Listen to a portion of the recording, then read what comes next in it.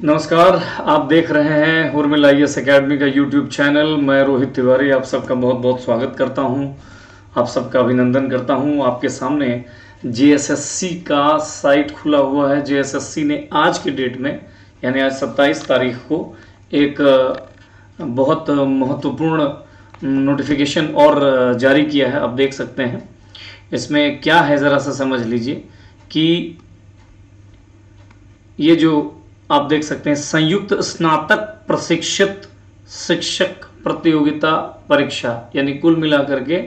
जो TGT वाला जो एग्ज़ाम हुआ था 2016 में, और जिसको लेकर के जो चैलेंज किया गया था, जो आरक्षित और गैर आरक्षित जो जिले थे झारखंड में, इसको लेकर के जो चैलेंज किया गया, जिस केस का नाम देख सकते हैं आप, सत्यजीत कुमार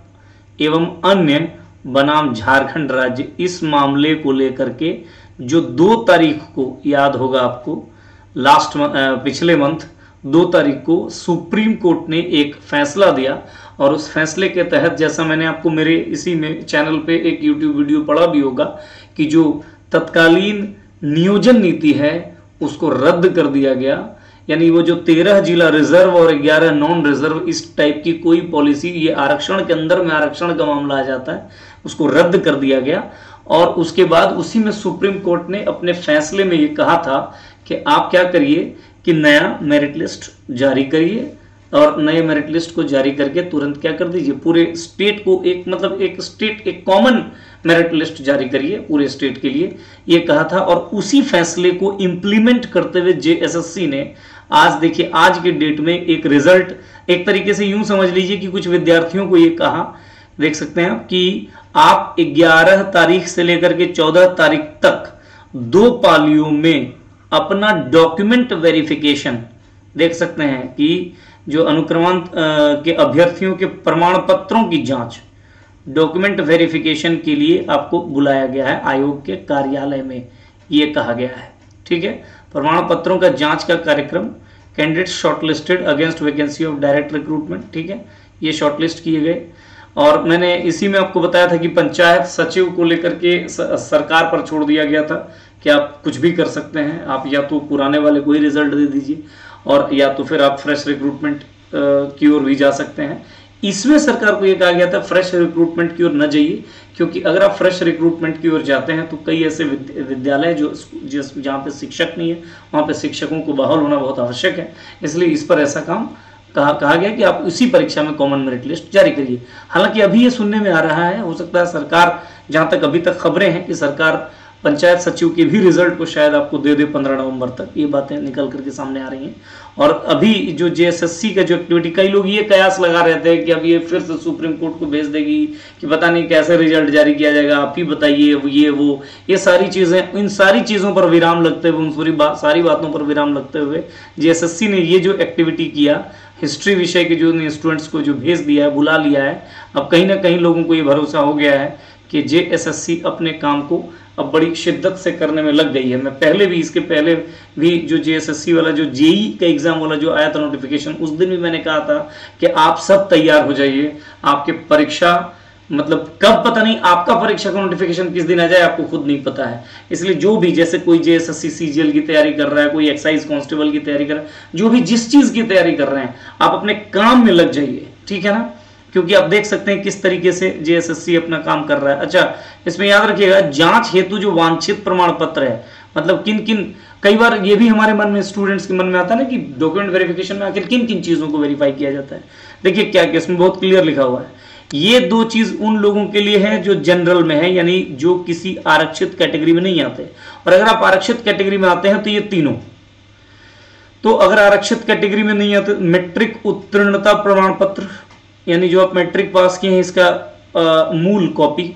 है ना, ओरिजिनल सर्टिफिकेट। इसके अलावा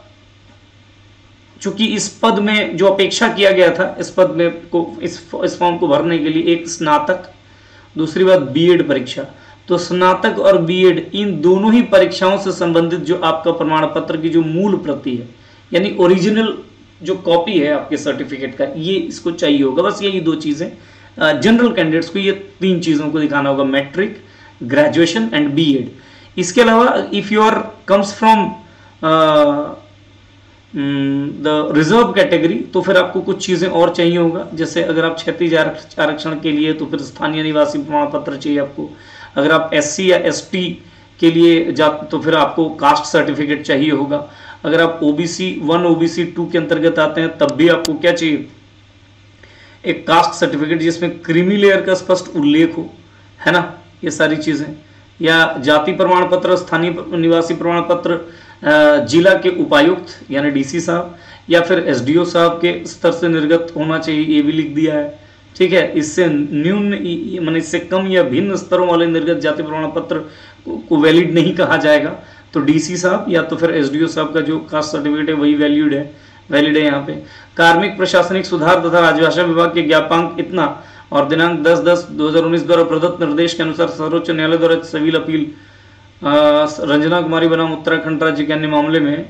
दिनांक इतना को पारित न्यायाधीश के आलोक में अन्य राज्य से झारखंड राज्य में विवाह के आधार पर अव्रजित महिलाओं को अव्रजित राज्य में आरक्षण का लाभ अनुमान्य नहीं है। जो लोग मतलब यहाँ आए हैं कुल मिलाकर के, जो लोग अन्य राज्य से झारखंड राज्य में जो विवाह के आधार पर अव्रजित महिलाएं हैं